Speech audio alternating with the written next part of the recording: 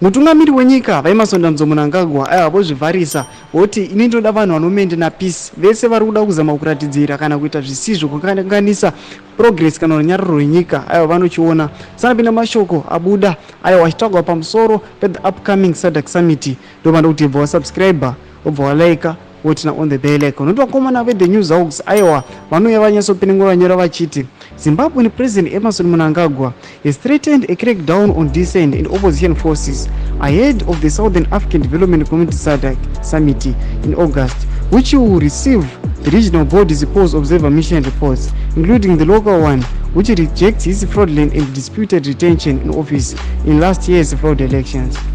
This comes as former opposition minister and Senator Jameson Timber and 78 others are detained for holding a private meeting on 16 June to discuss youth issues over a braai.